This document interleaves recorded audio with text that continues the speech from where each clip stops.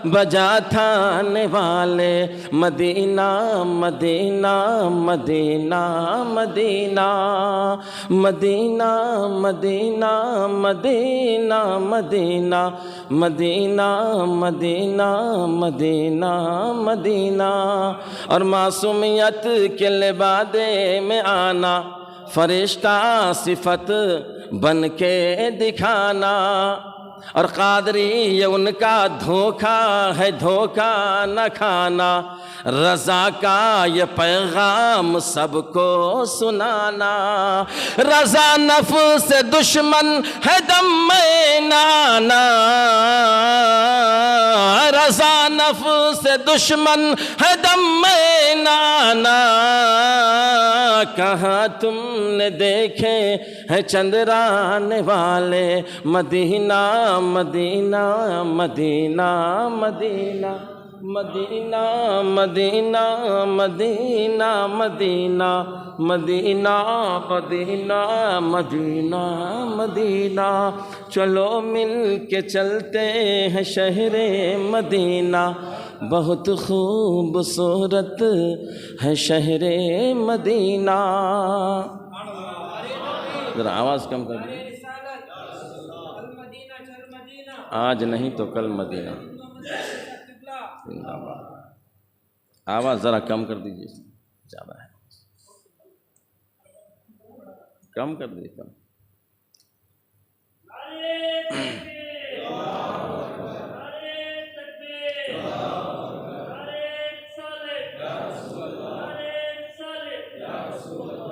हज़रात मोहतरम, कुरान अज़ीम में अल्लाह तबारक व तआला ने इरशाद फरमाया, उलाइका कतब फ़ी क़ुलूबिहिमुल ईमान व अय्यदहुम मिन्हु बिरूहिम बिअय्यदिहिम। उलाइका कतब फ़ी क़ुलूबिहिमुल ईमान इला आखिरिह।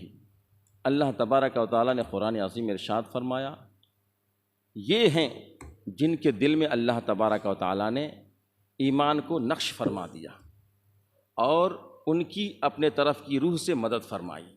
यानी ये वो लोग हैं अल्लाह के नेक बंदे जिन्होंने कौम मुस्लिम को रास्ता बताया, कौम मुस्लिम को हिदायत के रास्ते पर चलाया, दिखाया। ये वो लोग हैं जिनके दिल में अल्लाह ताला ने ईमान को छाप दिया। छपाई समझ में आती है, छाप दिया। ईमान उसके अंदर ऐसा छप गया कि उसको अब हटने का या मिटने का नाम नहीं। हज़रात मोहतरम, आला हज़रत इमाम इश्क़ मोहब्बत ने इस कुरान की आयत का नंबर निकाला। इस कुरान की, आपको मालूम है अरबी के एक एक हर्फ के आदाद होते हैं, इंग्लिश में भी होते हैं, एक एक हर्फ के अदद होते हैं। ऐसे ही अरबी के हरूफ के एक एक अदद होते हैं।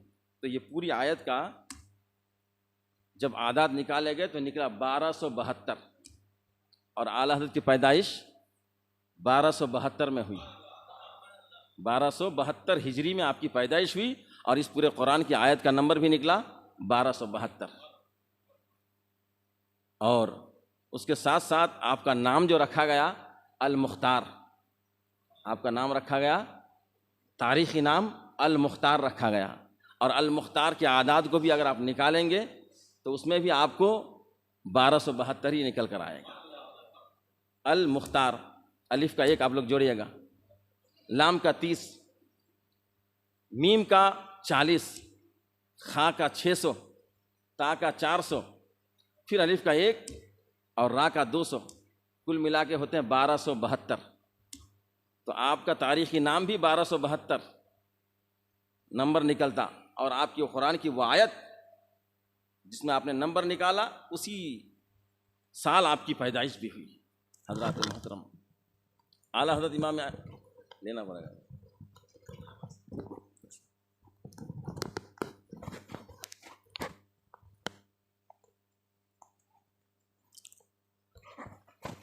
हज़रात मोहतरम, तो आला हज़रत की ऐसे वक्त पैदाइश हुई जब तरह तरह के एतराज़ात, तरह तरह के फितने उठे हुए थे। नबी सल्लल्लाहु ताला अलैहि वसल्लम के ऊपर तरह तरह के एतराज़ात थे। नबी सल्लल्लाहु ताला अलैहि वसल्लम को अपना जैसा बशर ठहराने की लोग बेजा कोशिश कर रहे थे। नबी सल्लल्लाहु ताला अलैहि वसल्लम को मिस्ल डाकिया, एक पोस्टमैन का दर्जा देने की कोशिश कर रहे थे। नबी सल्लल्लाहु अलैहि वसल्लम का आपकी इज़्ज़त इतनी ही करनी चाहिए, ये जालिम दे रहे थे कि जैसे बड़े भाई को हम इज़्ज़त देते हैं वैसी इज़्ज़त देनी चाहिए। नबी सल्लल्लाहु अलैहि वसल्लम के इल्म को बच्चों, पागलों और जानवरों से एग्जाम्पल दिया, तशबीह दी, और नबी सल्लल्लाहु अलैहि वसल्लम के इल्म को इब्लीस के इल्म से कम बताने की कोशिश किया, नहीं बल्कि बताया कि नबी से भी ज़्यादा इल्म इब्लीस को है। सोचने की बात है कि कैसा इसका ईमान और कैसा इसका अक़ीदा था।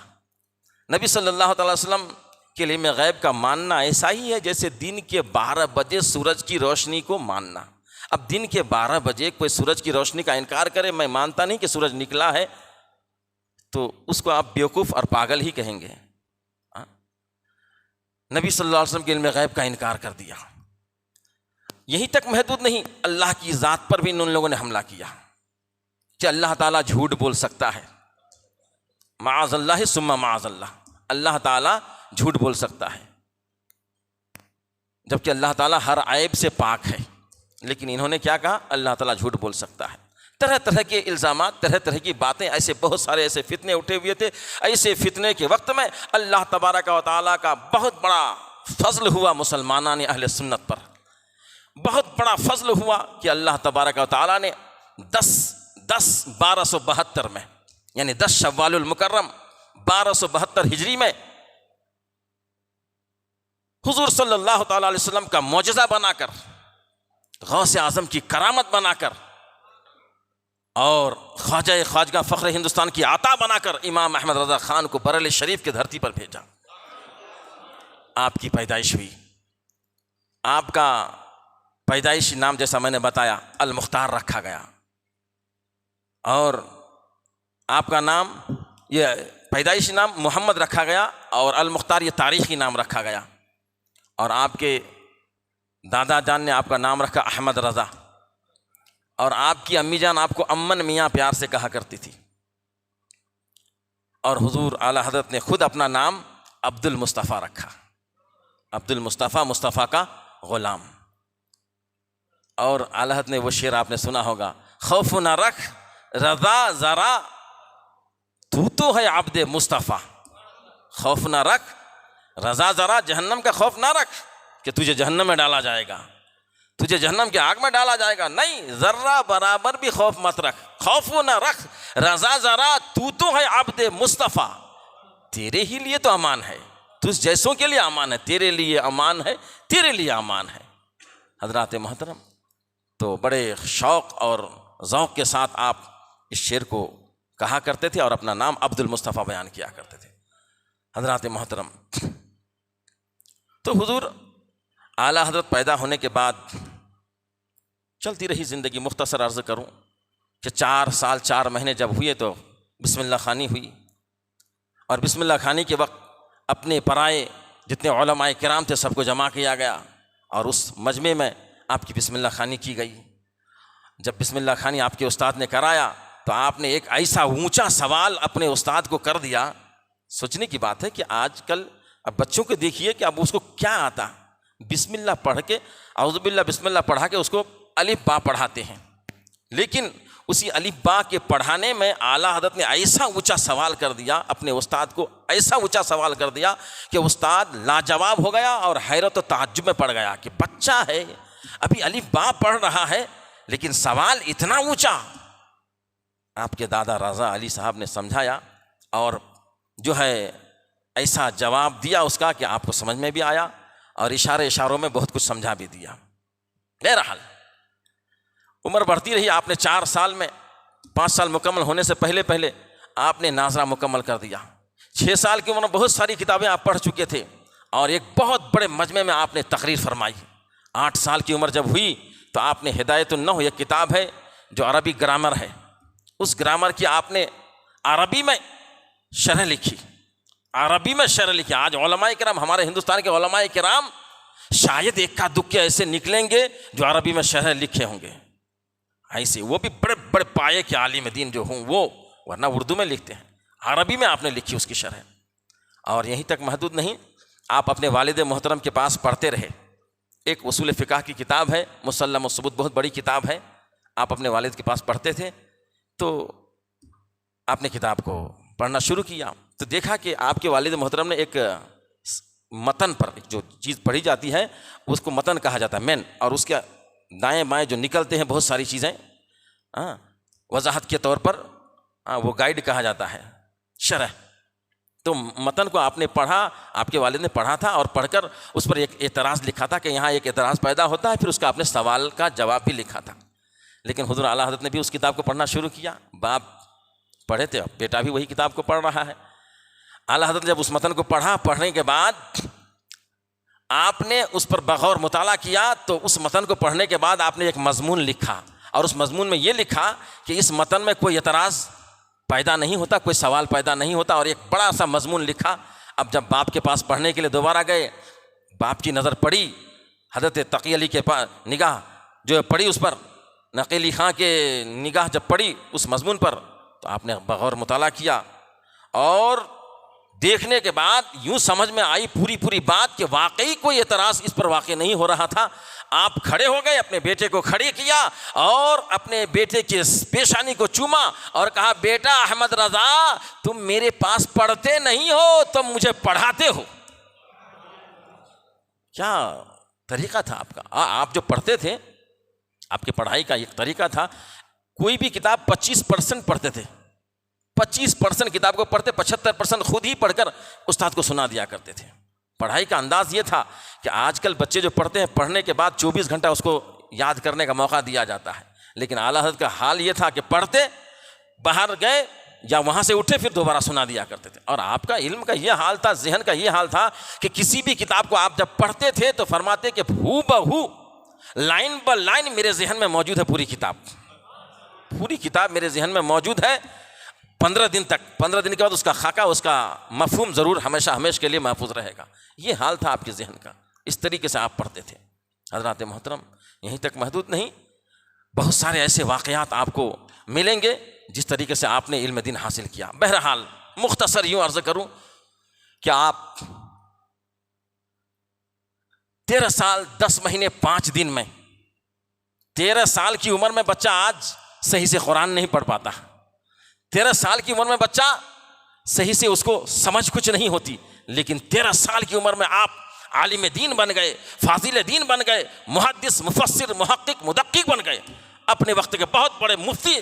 बल्कि अब मुफ्ती आपको फाजिल बरेलवी कहा जाता है, लेकिन हकीकत में यह है कि आप फाजिल बरेलवी नहीं, फाजिल हिंदुस्तान कहें, फाजिल अरब व अजम कहें, तो सब आपके लिए वजह होगा।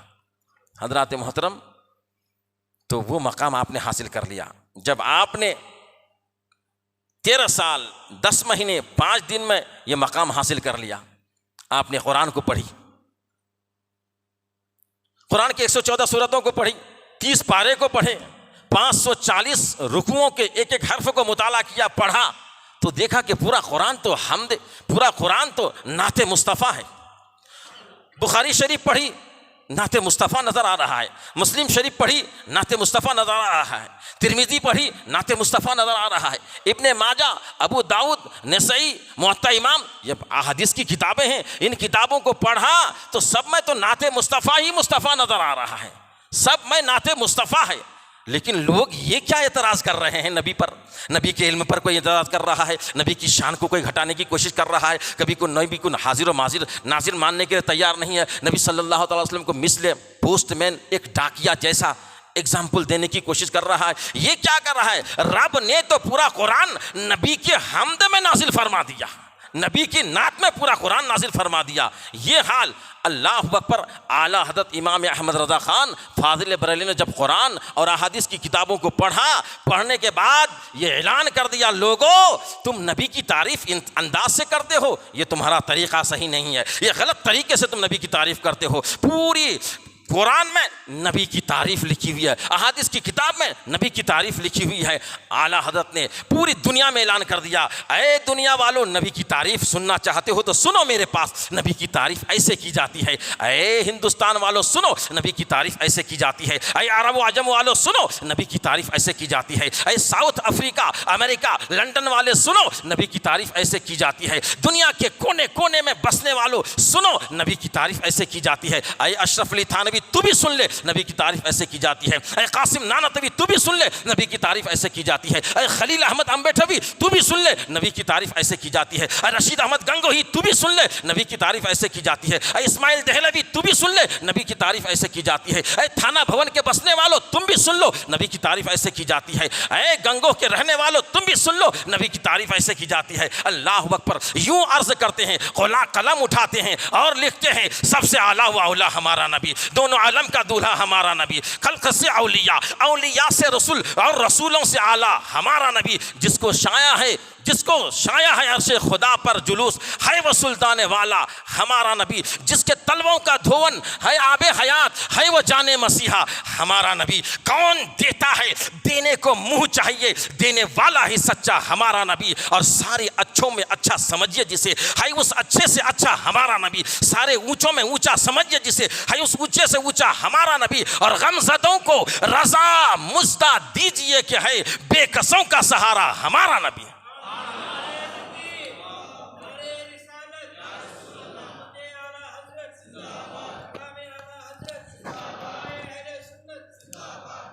आला हजरत ने नबी की तारीफ इस तरह से करके दुनिया वाले को बता दिया, लेकिन आपका दिल नहीं भरा, आपका दिल नहीं भरा। देखा कि आदम क्यों पैदा किया, हजरत आदम अलैहिस्सलाम को क्यों पैदा किया, ये तो मोहम्मद सल्लल्लाहु ताला अलैहि वसल्लम के लिए, हजरत शीस मोहम्मदुर रसूलुल्लाह सल्लल्लाहु अलैहि वसल्लम के लिए, हजरत इदरीस मेरे आका के लिए, हजरत नूह मेरे आका के लिए, हजरत सुलेमान मेरे आका के लिए, हजरत इब्राहिम मेरे आका के लिए, हजरत इस्माइल मेरे आका के लिए, हजरत इसहाक मेरे आका के लिए, हजरत शुएब मेरे आका के लिए, हजरत यूसुफ मेरे आका के लिए, हजरत मूसा मेरे आका के लिए, हजरत ईसा अलैहिस्सलाम मेरे आका के लिए। सारे अंबियाए किराम मेरे आका के लिए पैदा किया गया, सारी कायनात मेरे आका के लिए। और यहीं तक महदूद नहीं, जब आला हजरत ने देखा सूरज मेरे आका के लिए पैदा किया गया, चांद मेरे आका के लिए पैदा किया, सितारों को मेरे आका के लिए पैदा किया, और समंदर की सैलानी को मेरे आका के लिए पैदा किया गया, पहाड़ की पर्वत को मेरे आका के लिए पैदा किया, और जमीन के ऊपर जितनी हरियालियां हैं सब के सब मेरे आका के लिए पैदा किया गया। यहीं तक महदूद नहीं, सूरज की रोशनी मेरे आका के लिए, चांद की चमक मेरे आका के लिए, और सितारों की जगमगाहट मेरे आका के लिए, सारी दुनिया मेरे आका के लिए पैदा किया गया। तो आला हज़रत पुकार उठे, ज़मीन व समा तुम्हारे लिए, मकीनो मका तुम्हारे लिए, दुनिया चुना तुम्हारे लिए, बने दो जहां तुम्हारे लिए, दहन में ज़बा तुम्हारे लिए, बदन में है जान तुम्हारे लिए। हम आए यहाँ तुम्हारे लिए, उठे भी वहां तुम्हारे लिए। तुम्हारी चमक, तुम्हारी दमक, तुम्हारी महक, तुम्हारी चहक, जमीनो फलक समा को समक में सिक्का निशान तुम्हारे लिए। सारी कायनात मेरे आका के सदक़े में मेरे आका के लिए बनाए। यहीं तक महदूद नहीं, बल्कि अल्लाह ने तो फरमाया, अरे हबीब अगर तुझे पैदा करना मकसद नहीं होता, मैं किसी नबी, किसी रसूल, किसी को पैदा नहीं करता। यहीं तक महदूद नहीं, बल्कि मैं खुद को भी जाहिर नहीं करता कि मैं कौन सी चीज़ हूँ। तुझे पैदा करना मकसद नहीं होता, ये सारा कुछ नहीं होता, तेरे पैदा करने की वजह से सारी चीज़ें वजूद में आई है। हज़रात मोहतरम, तो मेरे आका अलैहिस्सलाम के सदक़े में ये सारा कुछ हुआ है। इमाम अहमद रज़ा ने हमें बताया है। हज़रात मोहतरम, एक मरतबा पाक पढ़ी, अल्लाहुम्मा सल्ली अला सय्यिदना मौलाना मुहम्मदिन बारिक वसल्लम, सलातु व सलामुन अलैका या रसूलल्लाह, सलातु व सलामुन अलैका या हबीबल्लाह सल्लल्लाहु तआला अलैहि वसल्लम। हुजूर आला हज़रत आखिरकार मुरीद होने की बारी आई तो आप मुरीद भी हुए। उसकी तफसील में जाना नहीं चाहता, हज़रत से सुनते रहते हैं, बस मुख्तसर अर्ज़ करता चलूँ कि आप उनकी गली कूचों का भी इतना अदब व एहतराम करते कि जब आप मारहरा शरीफ जाते तो जूतियों को उतार लिया करते थे। बड़े ही अदब व एहतराम के साथ अपने प्यूरे मुर्शिद के इलाके, रोड कोचा इलाके में जाते, गलियों में जाते तो जूतियों को उतार लिया करते, इतना अदब से जाया करते थे। जो शख्स अपने पीर मुर्शिद का इतना अदब करता हो तो वो पीरों का पीर, पीरों का पीर नहीं, सारी कायनात जिसके सदक़े में बनी है उसके अदब का क्या आलम होगा, उसका कितना अदब व एहतराम करते होंगे। जब हजरत इमाम अहमद रज़ा को पता चला कि काबा शरीफ इस जानिब है, ये बगदाद शरीफ इस जानिब है, गौसे आज़म का मज़ार इस तरफ है, तो उस तरफ आपने उस दिन से पैर करना छोड़ दिया, उस तरफ पैर आप नहीं करते थे। अदब का ये मकाम था। और जब कोई हाजी हज करके आता तो उससे आप पूछते, आप हज को गए थे? बोला हाँ गया था। मदीना शरीफ आपने हाज़री के लिए मेरे आका की बारगाह में आप गए थे? अगर वो कहता कि हाँ मैं नबी अलैहिस्सलातु वस्सलाम की बारगाह में हाज़री देने गया था, तो फ़ौरन उसके कदम को चूम लिया करते थे। इमाम अहमद रज़ा खान क्यों चूमा करते थे? इसलिए कि वो काबे को हज के लिए गया था? नहीं, बल्कि इसलिए चूमा करते थे कि तू उस दयार से घूम के आया है जिस दयार में मेरे आका रहते हैं, तू उस शहर से घूम के आया है जिस शहर में मेरे आका रहा करते हैं। उस दयार से घूम के आने की वजह से तेरे कदम इतने बा अज़मत हो चुके हैं, मुतबर्रक हो चुके हैं कि अब मैं चूमना चाहता हूँ, लिहाजा आप चूम लिया करते थे। ये मकाम था। और आप इश्क की, आप फना फिर रसूल के मकाम पर फाइज थे। रसूलुल्लाह की ज़ात पर आप अपने आप को फना कर दिया करते। इसलिए फरमाते, इसलिए कहते, वो शेर है ना, जान है इश्क मुस्तफ़ा, वो तो आला हज़रत का शेर है। हाँ, दो जहां से भी जी नहीं भरा, वो शेर है ना। हाँ, करूं तेरे नाम पे जान फिदा, न बस एक जान दो जहां फिदा। करूं तेरे नाम पे जान फिदा, न बस एक जान दो जहां फिदा। दो जहां से भी जी नहीं भरा, क्या करूं करोड़ों जहां नहीं। हजरात मोहतरम, इस तरीके से इश्क आपके दिल में कूट कूट कर भरा हुआ था। हजरात मोहतरम, तो आप जब हज के लिए पहली मरतबा गए तो तकरीबन मदीने में आप 31 दिन 31 डेज रहे। सिर्फ आप सैयदुश्शुहदा ओहद में हजरत अमीर हमज़ा के मज़ार पर गए और मस्जिद कुबा में गए, उसके बाद आका अलैहिस्सलातु वस्सलाम के मज़ार पर पड़े रहे, कहीं नहीं गए, बस नबी सल्लल्लाहु अलैहि वसल्लम के मज़ार पर पड़े रहे, दाएं बाएं वहीं रहते, वहीं दुरूद शरीफ पढ़ते, वहीं नमाज़ें पढ़ते, वहीं रह रह कर अपना सारा वक्त गुजार दिया। हज़रात मोहतरम, सहाबा किराम का इश्क को देख लीजिए। ये इश्क की बात है कि किताबों में नहीं मिलती, किताबों में लिखी नहीं रहती। सहाबा किराम को देख लीजिए ना, कि जब मेरे आका वज़ू फरमाते तो पानी के लिए, वज़ू का पानी जो गिरता मेरे आका के आज़ाए वज़ू धुलने के बाद, उसको लेने के लिए ऐसा लगता था कि सहाबा किराम आपस में लड़ पड़ेंगे। हाँ, ये किसी किताब में लिखा है कि हुजूर वज़ू कर रहे थे, या वज़ू करें तो उसके पानी को लेना चाहिए, अपने चेहरों पर मलना चाहिए, पीना चाहिए, सीने पे मलना चाहिए, अपने बदन पे मलना चाहिए। ये इश्क की बात है। हज़रत खालिद बिन वलीद को देख लीजिए, पूरा जंग जोर शोर पे है, ऐसे जंग की हालत में आप हुजूर अलैहिस्सलाम के मुँह मुबारक अपने टोपी पे रखा करते थे। टोपी आपकी गिर गई तो आप जंग को छोड़कर, लड़ाई छोड़कर उस मुँह मुबारक को खोजने में लग गए हैं। अल्लाह अकबर, ये है इश्क की बात। हाँ, और आला हज़रत जब मदीना पहुँचे तो आप इस तरीके से दर्श देते हैं कि जब मदीना पहुँचो तो खाली पैर चलो, जूतियाँ नहीं, खाली पैर चलो, सर झुकाए हुए, आंखों से आंसू बहाते हुए और शर्मसार होकर कि हम कमा हक हूँ तेरी सुन्नतों पर या रसूलल्लाह अमल ना कर सके। और बहुत ही आजिज़ी, इनकिसारी, बहुत ही मोहब्बत के साथ आप नबी की बारगाह में जाते। हज़रात मोहतरम, और सहाबा किराम का आपने वो भी बात सुनी है कि एक मरतबा मेरे आका अलैहिस्सलातु वस्सलाम को जानवर सजदे कर रहे थे, तो सहाबा किराम ने देखा कि जानवर नबी को सजदा कर रहे हैं, तो सहाबा किराम ने अर्ज़ किया, या रसूलल्लाह हम तो ज़्यादा हकदार हैं, हमें आपके सदक़े ईमान मिला, दौलत मिली, औलाद मिली, कुरान मिला, सारा सब कुछ आपके सदक़े में मिला, हम ज़्यादा हकदार हैं आपको सजदे करें। लेकिन मेरे आका ने मना फरमाया, नहीं, मेरी शरीयत में किसी इंसान को सजदा करने का हुक्म नहीं है। अगर सजदा करने का हुक्म होता अल्लाह के सिवा किसी को, तो मैं औरतों को हुक्म देता कि अपने शौहरों को सजदा करें। वही चीज़, वही सहाबा किराम के इश्क की झलक इमाम अहमद रज़ा के अंदर नजर आती है। और जब नबी की बारगाह में पहुंचते हैं तो यूं अर्ज़ करते हैं, पेशे नजर व नौबहार, सजदे को दिल है बेकरार। पेशे नजर व नौबहार, सजदे को दिल है बेकरार। फिर फरमाते, रोकिए सर को रोकिए, हाँ यही इम्तिहान है, रोकिए सर को रोकिए, हाँ यही इम्तिहान है। आला हज़रत इमाम इश्क मोहब्बत का एक अजीब अंदाज, एक अजीब आपका इश्क और शौक़ था। नबी सल्लल्लाहु अलैहि वसल्लम से मोहब्बत करने का एक अलग तरीक़ा था जो देकर गए हमें। हम अगर उस पर अमल करेंगे तो इंशाअल्लाह दुनिया में भी हम कामयाब रहेंगे और आखिरत में भी कामयाब रहेंगे। एक मरतबा दुरूद पाक पढ़िए, अल्लाहुम्मा सल्ली अला मौलाना मुहम्मदिन बारिक वसल्लम सलातु व सलामुन अलैका या रसूलल्लाह सल्लल्लाहु तआला अलैहि वसल्लम। हज़रात मोहतरम, हर कोई कहता है कि हम नबी के हैं। हर कोई क्या कहता है? हम नबी के हैं। चाहे वो नबी की शान को घटाने की कोशिश करे, फिर भी वो कहता है हम नबी के हैं।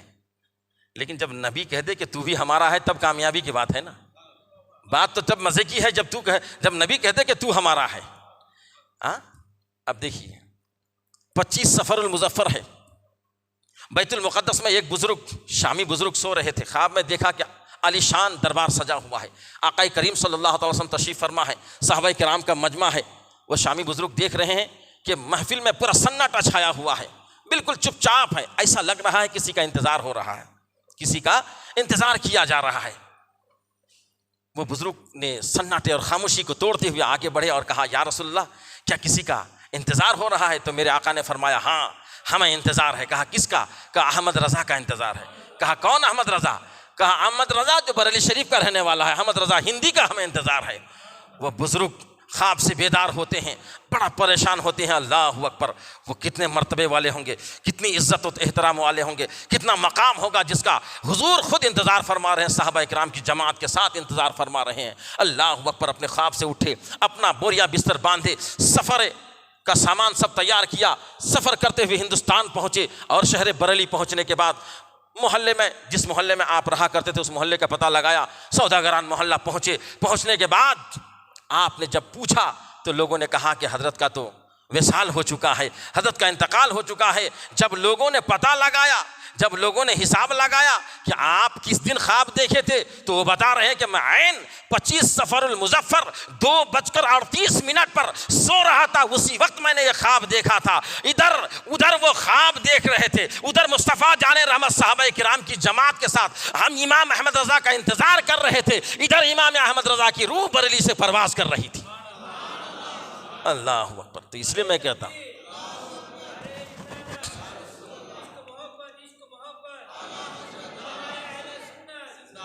ये कोई मामूली बात नहीं है कि हुजूर इंतज़ार करें। अल्लाह, इसलिए मैंने कहा सभी कहते हैं कि हुजूर हमारे हैं, लेकिन जब हुजूर कहते हैं कि तुम हमारे हो, हुजूर समेट लें अब तरफ, हुजूर बैठने के लिए जगह दे दें, हुजूर करीब बुला लें, हुजूर बगल में ले लें, तो कामयाबी की दलील है कि हुजूर हमारे हैं और हुजूर कहे कि तुम हमारे हो। ये कामयाबी की दलील है। हज़रात मोहतरम, हुजूर आला हज़रत ने वो दस्तूर दिया, वो तरीक़ा दिया हमें। नमाज आप नमाज पढ़ा करते थे, नहीं बल्कि नमाज ही नहीं, फ़राइज़, वाजिबात, सुन्नत मुअक्कदा, सुन्नत गैर मुअक्कदा, मुस्तहब्बात, नबी सल्लल्लाहु अलैहि वसल्लम की एक सुन्नतों पर अमल किया करते थे, पूरी पाबंदी के साथ अमल किया करते थे। हज़रात मोहतरम, एक मरतबा दिल में ख़याल आया कि ज़िंदगी का कोई भरोसा नहीं है। हुज़ूर अलैहिस्सलातु वस्सलाम की बहुत सारी सुन्नतें हैं जो मेरे जहन में आई, जिसको मैंने पढ़ा, सब पर तो अमल हुआ। अचानक क्या हुआ कि नमाज के वक्त 2 आदमी के कंधे पर हाथ देकर हुजूर आला हज़रत नमाज के लिए जा रहे हैं। मुफ्तियान किराम हैं, उलमाए किराम हैं, तलबाए किराम हैं, लोग हैं, मुरीदी ने देख रहे हैं क्या हो गया, हुजूर आला हज़रत तो बिल्कुल ठीक ठाक है, सही सलामत है, कोई बीमारी नहीं, कुछ भी नहीं, बिल्कुल इस तरीके से जा रहे हैं कि बहुत ज़्यादा अलील हैं, बहुत ज़्यादा तबीयत ख़राब है।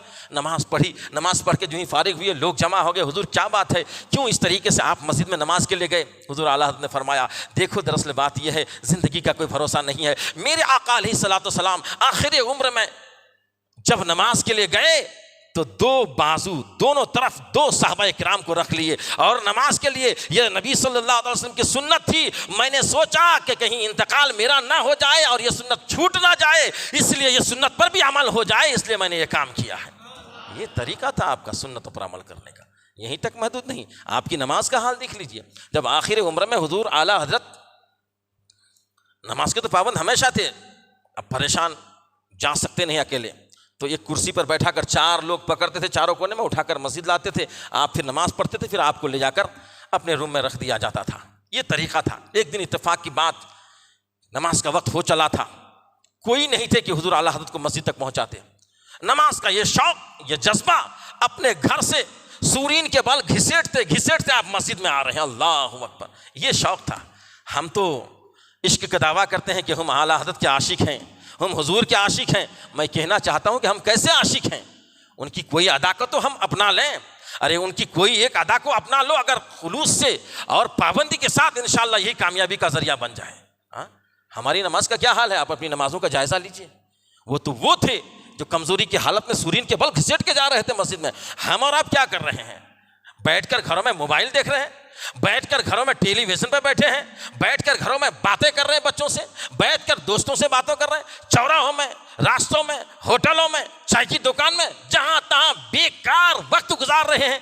क्या हमें अल्लाह ताला ने इसी काम के लिए पैदा फरमाया? अल्लाह तो फरमाता है कुरान अज़ीम में, वमा खलक़तुल जिन्ना वल इंसा इल्ला लियअबुदून, हमने जिन्नात और इंसान को सिर्फ इबादत के लिए पैदा फरमाया, सिर्फ इबादत के लिए पैदा फरमाया। क्या हमारा ये अमल हो रहा है कि हम सिर्फ इबादत कर रहे हैं? हज़रात मोहतरम, इसकी तफसील में जाना नहीं चाहता हूँ, बस आप समझ जाइए कि हमें इबादत के लिए पैदा फरमाया। कम से कम हम 5 वक्त की नमाज पाबंदी के साथ अदा कर लें, यही हमारे लिए ज़रूरी है, यही हमारे लिए कामयाबी की दलील है। आज के डेट में अगर आप 5 वक्त का नमाज कोई पाबंदी से पढ़ता है खुलूस के साथ, वही अल्लाह का वली है, वो अल्लाह का वली है। हज़रात मोहतरम, तो इसलिए अपने वक्त को ज़ाय मत करो। एक एक सेकंड का हिसाब देना पड़ेगा मेरे दोस्तों, एक एक सेकंड का हिसाब देना पड़ेगा। बंदे, तुझे वक्त दिया था, क्या तुमने नमाज पढ़ी, नमाज की पाबंदी की, नमाज पढ़ी? सबसे पहले क़यामत के दिन मैदान महशर पहुंचते ही रब पूछेगा, क्या नमाज पढ़ी? अव्वलिन पुरशिस नमाज बवत रोज़े महशर जान गुदास बवत, अव्वलिन पुरशिस नमाज बहुत। महशर का दिन वो होगा कि जान को पिघला देने वाला दिन होगा। मोमबत्ती की तरह इंसान पिघलेगा, लेकिन पिघलेगा नहीं, पसीना निकलेगा। ऐसा पसीना निकलेगा कि पसीना बाज घुटने, बाज नाक तक, कमर तक, बाज के सीने तक, बाज के जो है नाक तक, बाज पसीने में तैर रहे होंगे। ये हाल होगा। ज़रा पसीना आता है तो आप कूलर लगा लेते हो, ज़रा पसीना आता है तो एसी लगा लेते हो, तरह तरह का इंतज़ाम करते हो। अगर आपको यही आराम, कहीं इससे ज़्यादा आराम चाहिए तो नमाज़ों का पाबंद बन जाओ, दीनदार बन जाओ, मुत्तकी बन जाओ, आशिक़ आला हज़रत बन जाओ, आला हज़रत के तरीक़े को अपनाओ, आला हज़रत के तरीक़े पर चलने की कोशिश करो। इंशाअल्लाह अज़ीज़ आप दुनिया में भी कामयाब रहोगे, आखिरत में भी कामयाब रहोगे। आप इस अंदाज से चलो कि देखे तो कहने वाला ये कहे ये आशिक़ आला हज़रत जा रहा है, देखने वाला देखे तो कहे दीवाना आला हज़रत चल रहा है, देखने वाला देखे तो ये कहे कि ये पक्का टनाटन टीटीएस जा रहा है। हज़रात मोहतरम, इस अंदाज से आप अपने चेहरों को सजाओ, अपनी ज़िंदगी को सजाओ, अपने वक्त को बेकार में ज़ाय न करो। अपना वक्त दीन के काम में तो लगाओ, दुनिया के काम में तो लगाओ। ये मोबाइल बाजी में, ये टीवी बाजी में, गुफ्तगू में, होटल बाजी में अपना वक्त मत बेकार करो। फ़िक्र रज़ा को समझो।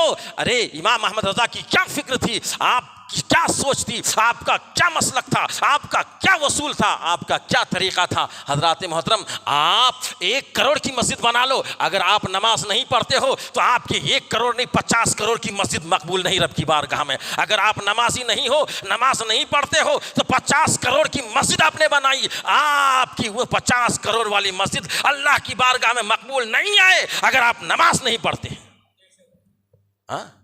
आप अगर 1000 रुपये आपके पर ज़कात का बाकी है, आप ज़कात नहीं देते हो, 10 करोड़ की मस्जिद बना दी, फ़र्ज़ बाकी है मस्जिद का, बना दिया 50 करोड़ रुपए की, लेकिन 1000 रुपये जो बाकी है, इस बाकी होने की वजह से ये जो है सुन्नत, ये नफल है, ये मुस्तहब है, ये फ़र्ज़ है। पहला मकाम फ़र्ज़ का है। फ़र्ज़ जब तक अदा ना करेंगे, करोड़ों रुपए आप नफल के काम में लगा दो, कोई रब की बारगाह में मकबूल नहीं है। हज़रात मोहतरम, आप रोज़ा नहीं रखते हो, 10,000 लोगों को इफ्तार करा दो, 20,000 लोगों को इफ्तार करा दो। इफ्तार कराना सुन्नत है, ये इफ्तार कराना मुस्तहब है। इफ्तार कराओगे तो आपको सवाब मिलेगा, लेकिन आप रोज़ा नहीं रखते हो, 10,000 लोगों को रोज़ाना इफ्तार कराते हो हर दिन रमज़ान के महीने में। अगर आप रोज़ा नहीं रखते हो तो ये 10,000 जो 30 लाख लोगों को आपने पूरे महीने में तकरीबन इफ्तार कराया, तो आपका कोई भी अल्लाह की बारगाह में मकबूल नहीं है जब तक आपके रोज़े ना हो। ये है फ़िक्र रज़ा। हमारा आज हाल क्या हो गया, चलो दरगाह में, चलो मज़ार में, चादर पे चादर, चादर पे चादर। क्या हो रहा है सब, क्या हो रहा है? हाँ, मैं कहता हूँ हमारे वो लोग नहीं हैं जो ये कहते हैं कि चादर मत चढ़ाओ, फातिहा दिलाना शिर्क, चादर चढ़ाना ये नाजायज़ व हराम, बाज़ारों में जाना नाजायज़ व हराम, सलाम पढ़ना नाजायज़ व हराम, 11वीं करना, 12वीं करना, कोंडे लगाना, ये सब के सब नाजायज और हराम, जाए वो जहन्नम में, हमको उससे कोई मतलब नहीं। एक वो लोग हैं जो ये कहते हैं चादर चढ़ाओ, वो भी जहन्नम में जाएंगे। चादर चढ़ाओ, मज़ारों में आओ, पीर पोशी करो, पीर को चूमो, पीर के पैर चूमो, पीर के पैर को दबाओ, पीर के पीछे चलो। नमाज कोई ज़रूरी नहीं है, नमाज पढ़ना कोई ज़रूरी नहीं, जाए वो जहन्नम में, उसकी भी हमें ज़रूरत नहीं है, वो भी जहन्नम में जाएगा, ये भी जहन्नम में जाएगा। सिर्फ मज़ार, सिर्फ चादर, सिर्फ फातिहा खानी, सिर्फ पीर परस्ती, सिर्फ पीर की बातों पर चलना। नमाज अगर उस पीर की नज़र में कुछ नहीं है, कोई अहमियत नहीं रखती नमाज कि नमाज पढ़ना कोई ज़रूरी नहीं है, वो भी जाए जहन्नम में। हम मसलक आला हदरत वाले हैं और फ़िक्र रज़ा आपको देना चाहता हूँ। फ़िक्र रज़ा ये है, मसलक रज़ा ये है, मसलक आला हदरत ये है, मसलक ताजुश शरिया ये है, मसलक औलिया किराम ये है कि आप चादर भी चढ़ाएं, नमाज भी पढ़ें, चादर भी चढ़ाएं, उसके साथ साथ रोज़े भी रखें, आप फातिहा भी करें, नमाज भी पढ़ें, फूल भी कब्र पर रखें और जो है नमाज की भी पाबंदी करें। आप जो है 11वीं भी करें और 12वीं भी करें, उसके साथ साथ आप नमाज के भी पाबंद बन जाएं। आप जो है साथ साथ जो भी मुस्तहबात काम है, दरगाहों में हाज़िरी दें, नमाज भी पढ़ें, तो आपको दरगाहों में हाज़िरी देने का भी सवाब मिलेगा और नमाज पढ़ने की बरकतें भी आपको हासिल होंगी। आप सिर्फ एक काम में लगे रहेंगे और नमाज को छोड़ देंगे तो ये फ़िक्र रज़ा नहीं है, ये मसले की आला हदरत नहीं है। आज बेड़ा गर्क रख कर रखा है सुन्नियत का। कुछ पीरों ने, जाली पीरों ने, पेट भरू पीरों ने, नकली पीरों ने, बस पीर की पूजा करो, पीर की तारीफ करो, पीर के पीछे पड़े रहो, नमाज नहीं। जब ऐसा होगा मुरीद तो उस पर अल्लाह की लानत होती है। जब ऐसा होगा मुरीद कि सिर्फ और सिर्फ पीर परस्ती में लगा हुआ है, नमाज की नज़र में कोई चीज़ नहीं है, कोई अहमियत नहीं रखती, तो समझो कि वो सारा कुछ बेकार है, उनका कोई काम आने वाला नहीं है। इसलिए नमाज का पाबंद बन जाओ, दरगाहों में जाओ, मगर ये कि नमाज पाबंदी से साथ पढ़ते हुए अगर आप जा रहे हो तो जाना आपका दुरुस्त है, आपको फैज़ान मिलेगा वहाँ से। अगर नमाज पाबंदी के साथ अदा नहीं करते हो, नमाज से आपकी छूट रही है, दरगाहों में जाते हो, साहिब दरगाह खुद लानत भेजते आप पर, साहिब दरगाह खुद मज़ार वाले आप पर लानत भेजते कि नमाज नहीं पढ़ता, मेरे पास आया क्या मिलेगा। अरे तू नमाज नहीं पढ़ता, मेरे पास आया क्या मिलेगा। नमाजों को छोड़ रहा है लापरवाही के साथ और चला गया मज़ारों में, बच्चियों को लेकर, फैमिली को लेकर, बहनों को लेकर, पूरे ख़ानदान को लेकर वहाँ जाकर नींद कर रहा है, सो रहा है, बेहयाई का नंगा नाच नचा जा रहा है। ये क्या हो रहा है? बस सुन्नियत को बदनाम करने का जरिया बना लिया गया है, लोगों ने बना लिया है। इसलिए जब कोई औरत, मसले की आला हदरत ये है कि जब कोई औरत मज़ारों में जाने के लिए निकलती है इस बेहयाई के साथ, उस पर लानत शुरू हो जाती है। निकलते ही, घर से कदम रखते ही लानत शुरू, जब तक वापस ना आ जाए। बड़ी जिम्मेदारी के साथ बात कर रहा हूँ, मुफ्ती साहब मौजूद हैं, हजरात मोहतरम, लेकिन हम लोग समझ नहीं रहे हैं। बस लापरवाही के साथ हमारी बीवी ने कहा चलो फिरने के लिए, हमारे घर वालों ने कहा चलो, उठाया बोरिया बिस्तर और लगा दिया कि दरगाह में जाकर अपना बोरिया बिस्तर लगा दिया। ना नमाज का पता है, ना कुछ दीन की पता है, ना कोई खबर है, बस दरगाह में गए, अच्छा खाइए, बकरा ज़बह किए, हो गया, बस यही बहुत बड़ा काम हो गया। इसलिए मेरे दोस्तों, फ़िक्र रज़ा ये नहीं है, मसले की आला हदरत ये नहीं है। मसले की आला हदरत ये है कि आप पाबंदी के साथ नमाज पढ़ें और मोहब्बत के साथ, अच्छे अंदाज में, खुलूस के साथ किसी के दरबार में हाज़िरी देना है तो आप हाज़िरी दो, तो आपको हाज़िरी देने का सवाब मिलेगा। हाज़िरी देने का तरीक़ा भी बताया आला हज़रत ने। मैं कहता हूँ जब आप जाओ तो पहले ही दरगाह में जाने से पहले कुछ देर खड़े हो जाओ, यूँ समझो कि मैं इजाज़त चाह रहा हूँ, मैं इजाज़त मांग रहा हूँ साहिब दरगाह से। अब फिर यूँ समझिए कि हाँ आपको इजाज़त मिल गई, आगे बढ़ो बड़े अदब के साथ। तवाफ़ ना करो, ये जायज़ नहीं है, चारों तरफ से चक्कर ना लगाओ, उसके पायती की तरफ हुज़ूर आला ने फरमाया 4 हाथ की दूरी से फातिहा पढ़ो, 4 हाथ की दूरी पर। साहिब कब्र जो सो रहे हैं राइट साइड में, राइट साइड के पैर की तरफ 4 हाथ की दूरी पर आप खड़े होकर फातिहा खाने का एहतमाम करो और वहाँ से फातिहा पढ़कर सवाब उनको पहुँचाकर दुआ करके उनके सदक़े में अपने लिए दुआ करके आप हाजिर वापस आ जाओ। ये तरीक़ा है हाज़िरी देने का। और आजकल तो पीरों की कमी नहीं, कहते पीरों की कमी नहीं गालिब, एक ढूंढो तो 1000 मिलते हैं। हर कोई पीर बना बैठा है, हर गली में, हर कूचा में पीर बना है, नकली, जाली। और ये पीर खिलाफत आम तौर से मिले, खिलाफत नहीं है, खुली आफत है, खुली आफत है सबके लिए। हजरात में इस आफत से बचिए और इन पीरों से बचिए, वरना याद रखिए आपका ईमान तबाह और बर्बाद करके रख देगा। अगर इन पीरों से नहीं बचे तो तबाह और बर्बाद करके रख देगा। हुज़ूर आला हज़रत ने इसलिए 4 तरीक़े हमें बताए, 4 चीज़, 4 शर्तें दिखाई हमें कि 4 शर्तें अगर किसी के अंदर है तो उनसे मुरीद हो जा करके, उनसे मुरीद होना है। ये 4 शर्तें अगर आपके अंदर है तो हमें उनके साथ, उनके पास जाकर मुरीद होना है। पहली बात है कि इतना बड़ा आलिम दीन हो कि खुद से तमाम मसाइल को हल सके, तमाम मसाइल को खुद से हल कर सके। दूसरी बात है उसका सिलसिला हुजूर तक जाकर पहुंचता हो। तीसरी बात यह है कि वो सुन्नी सहीहुल अकीदा हो, सुन्नी सहीहुल अकीदा हो और सुन्नतों पर मुकम्मल पाबंद हो। दाढ़ी नहीं, दाढ़ी नहीं हो, पीर बना बैठा है। हद शरत दाढ़ी नहीं, पीर बना बैठा है। नमाज पढ़ता नहीं, पीर बना बैठा है। रोजा रखता नहीं, बड़ा पीर है। खिलाफत दे रहा है लोगों को। ये जहन्नम में खुद भी जाएगा और दूसरे अपने खिलाफत वालों, जिसको जितने खलीफे हैं, जितने मुरीदीन हैं, सबको जहन्नम में ले जाएगा। ये ऐसे पीर जो नमाज का पाबंद नहीं, जिसकी नज़र में नमाज की कोई अहमियत नहीं, नमाज कोई ज़रूरी चीज़ नहीं है, नमाज कोई पढ़ना ज़रूरी नहीं है, ऐसे पीर उठा के सबको जहन्नम में ले जाएगा। खुद भी जाएगा जहन्नम में और अपने मुरीदों को, खलीफाओं को भी जहन्नम में लेकर जाएगा। इसलिए मेरे दोस्तों, पीर बनाओ जान के, पानी पियो छान के, कहते हैं ना, ऐसे ही आप पीर बनाओ तो बड़े होशियारी के साथ, ताकि आपका काम आ सके वो हजरात मोहतरम, और नमाजों का पाबंद बन जाओ। वरना याद रखो, नमाज के पाबंद नहीं बने तो आप कहीं के नहीं रहोगे। जो इंसान नमाज का पाबंद नहीं, वो कहीं का नहीं, हाँ कहीं का नहीं। अब बात आ रही है क्या? नमाज बात आ गई तो बोलो। जो इंसान नमाज नहीं पढ़ता उसके ताल्लुक से एक हदीस, मेरे आका अलैहिस्सलाम फरमाते हैं कि मेरे पास फरिश्ते आए और आने के बाद मुझे लेकर चले, कई मनाजिर दिखाए मुझे, कई देखने की चीज़ें दिखाई मुझे। मैंने देखा तो क्या देखा कि एक आदमी बड़ा पत्थर उठाकर है, बड़ा चट्टान लेकर है और उठाकर एक आदमी के सर पर मारता है। जब एक आदमी के सर पर मारता है तो उसका सर फट जाता है और उसका सर फटने के बाद बड़ी नदी की तरह उसके सर से फटने के बाद दिमाग बहता है। कैसा? बड़ी नदी की तरह उसका दिमाग बह रहा है। अल्लाह अकबर। एक 100 ग्राम का पत्थर आपके सर पर मारे और आप बर्दाश्त कर सकते हो? आप चीखते चिल्लाते हुए सीधे डॉक्टर के पास पहुंच जाओगे। लेकिन जब सर पे एक पत्थर ऐसा मारा जाए कि बड़ी नदी की तरह दिमाग बह रहा हो, सोचने की बात है, गौर करने की बात है। जरा अपने लिए सोचो मेरे दोस्तों, अपने लिए सोचो, गौर करो। वरना याद रखो, अगर यही हाल रहा, नमाज पे नमाज छोड़ते रहे, तो क़यामत के दिन आपको बख्शा नहीं जाएगा, ख़बर में आपको बख्शा नहीं जाएगा। ये हाल होगा। और मेरे आका ने पूछा कब तक ये हाल होगा? तो फरिश्ते ने बताया क़यामत तक उसके साथ यही किया जाएगा। दूसरी हदीस में और ये भी है कि हुजूर अलैहिस्सलाम फरमाते हैं कि मेरे पास तो फरिश्ते आए, मुझे लेकर चले अर्ज़ मुक़द्दस की तरफ, और जो है मैंने देखा कि एक शख्स जो है लेटा हुआ है और एक शख्स के पास पत्थर है बड़ा, वो उठाकर मारता है उसको तो उसका सर चकनाचूर हो जाता है।